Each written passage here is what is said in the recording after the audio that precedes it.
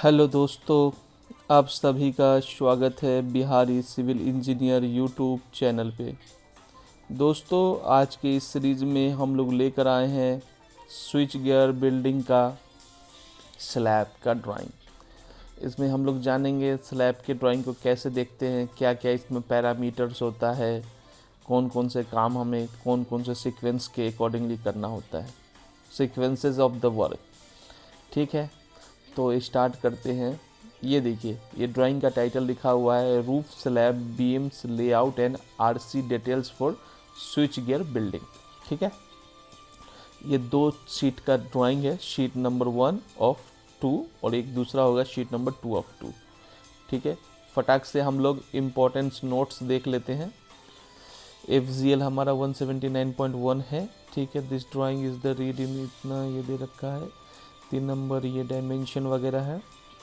ठीक है, कवर हमारा दे रखा है स्लैब में 20 mm का, कॉलम में 40 mm का और बीम में 25 mm और फाउंडेशन में 50 mm। ठीक है, तो चलिए हम लोग स्टार्ट करते हैं। पहले हम लोग देखेंगे इसका लेआउट प्लान।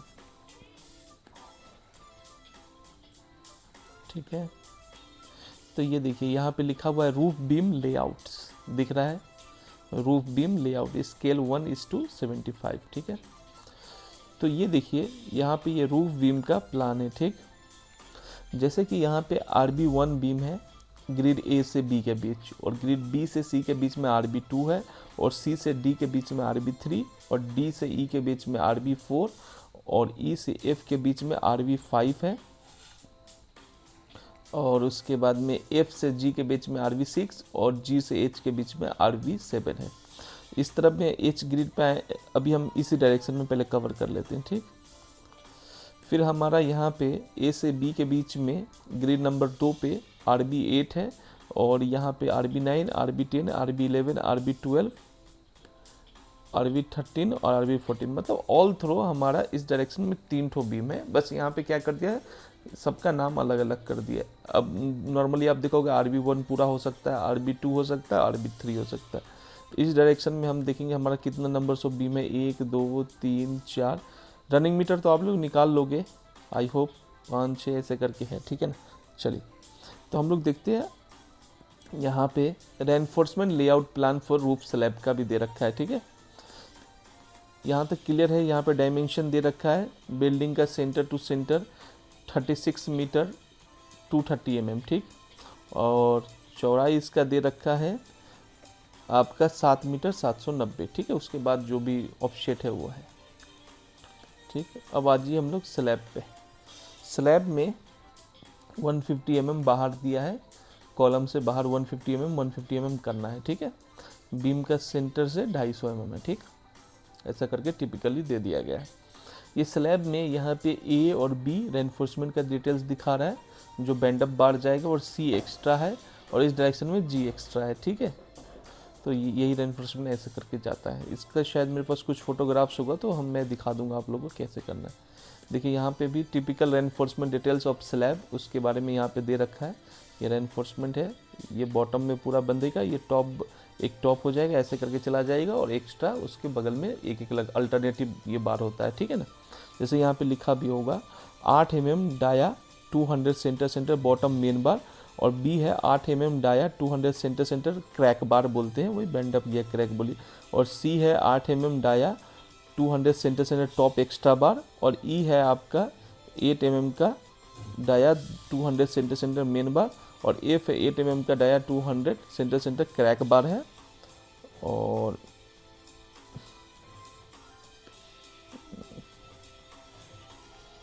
और आपका G है 8 mm का 200 centre centre top extra bar main bar and crack bar will be lead alternatively 100 centre centre, मतलब वही हो जाएगा, एक मेन है कि है ऐसे करके 200 200 में बंधेगा, तो वो ऑटोमेटिकली हो जाएगा। ठीक है, अब आइए यहाँ पे नोट L1 L2 L3 ये स्पेन का डिस्टेंस दिया हुआ है of the slab distribution bar in slab we are not show in the 8 dia centre to centre. ठीक है, तो यहाँ पे देखिए टॉप बार से ये बॉटम बार को डॉटेड में दिखाया गया है। ठीक है, जैसे यहाँ पे ये देखिए बॉटम बार से ये डॉटेड में टॉप बार से ये। ठीक है, यहाँ पे बोल रहा है एक्स्ट्रा डालने के लिए, क्या बोल रहा है आपका ये स्पेन आप समझ गए, सेंटर 11 है, इसका 0.3 आपका एक्स्ट्रा आएगा, इधर में 0.3 आएगा, बॉटम वाला पूरा जाएगा, ठीक है। और ये जो बैंड करना है स्टील, उसके बारे में दे रखा है 0.15 L1 का, ठीक है ना। तो यहाँ से और ये जो भी अपना स्लैब का जो थिकनेस है उसके हिसाब से ये बैंड हो जाएगा, ठीक है। और इस तरफ में अंदर, बाहर की तरफ में 0.15, अंदर की तरफ में 0.25, ठीक है। I hope you will understand properly, ठीक है। अब हम देख लेते हैं, हमें क्या देखना था, स्लैब का थिकनेस, ठीक है। तो स्लैब का थिकनेस देखते हैं, यहीं पे कहीं दिया होगा, ठीक है। ये दे रखा है typical details for स्टीरअप arrangement in beam, beam का स्टीरअप के बारे में दे रखा है, ये टॉप बार्स, ये बॉटम बार्स, ये 50 का गैप छोड़ के पूरा स्टीरअप लगाना है, वो बता रखा है, ठीक है। हुक के बारे में दे रखा है 10D होता है, और यहाँ पे anchorage of the beam bars in an external column पे, ये बीम्स बार्स को ऐसे आपको बैंड करना है, 47D होगा टिपिकली, ठीक है। उसके बारे में बताया गया। स्लैब का थिकनेस हमारा कहाँ पे दिया हुआ है, वो चेक कर लेते हैं, आइए देखते हैं। शायद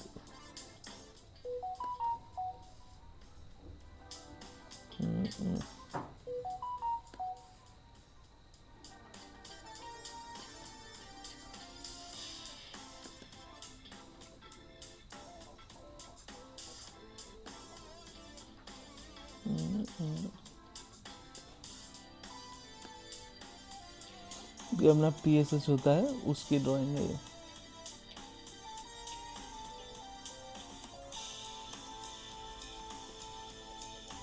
अच्छा, यहाँ पे देखिए एक बहुत अच्छी पॉइंट है जो मैं सोचा चलो आप लोगों को शेयर कर दूँ, इस ड्राइंग में मुझे दिख गया। 18 नंबर पॉइंट है, removal of form work in days, removal of the props to be beam spanning up to 6 metre 14 days में, स्पैनिंग ओवर 6 मीटर 21 डेज, ठीक है। ये आपका 18 नंबर पॉइंट इंपॉर्टेंट था, तो मैंने कहा कि चलो आप लोगों को बता देते हैं।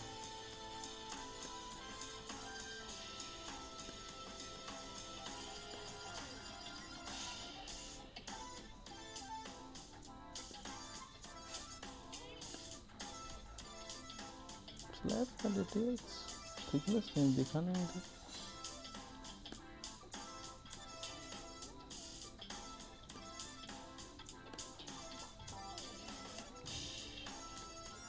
ये बीम का डिटेल्स है, ये जो बीम दिया RB14 RB13 सब में वही है, बस एक्स्ट्रा कुछ रेनफोर्समेंट है उसका डिटेल्स दे दिया गया।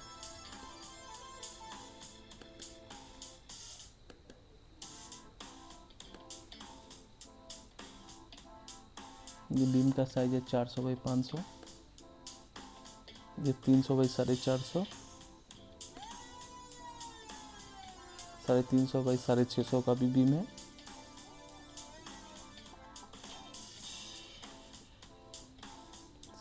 थिकनेस कहाँ पे गायब होगा,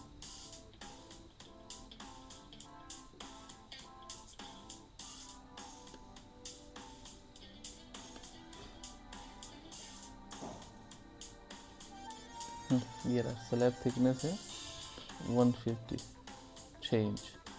वही मैं सोचूं कि स्लैब का थिकनेस कहाँ था, यहीं पे था, स्लैब का थिकनेस है 6 इंच, ठीक है ना, 150 mm, ठीक है दोस्तों। तो वीडियो अच्छा लगा हो तो चैनल को सब्सक्राइब कर दीजिए, और चैनल पे नए हैं तो चैनल को सब्सक्राइब कर दीजिए। वीडियो पसंद आया हो तो वीडियो को लाइक कर दीजिए। फिर मिलते हैं नेक्स्ट वीडियो में, तब तक के लिए अपना ख्याल रखिए। जय हिंद। साइट से सीखो, कैरियर में जीतो।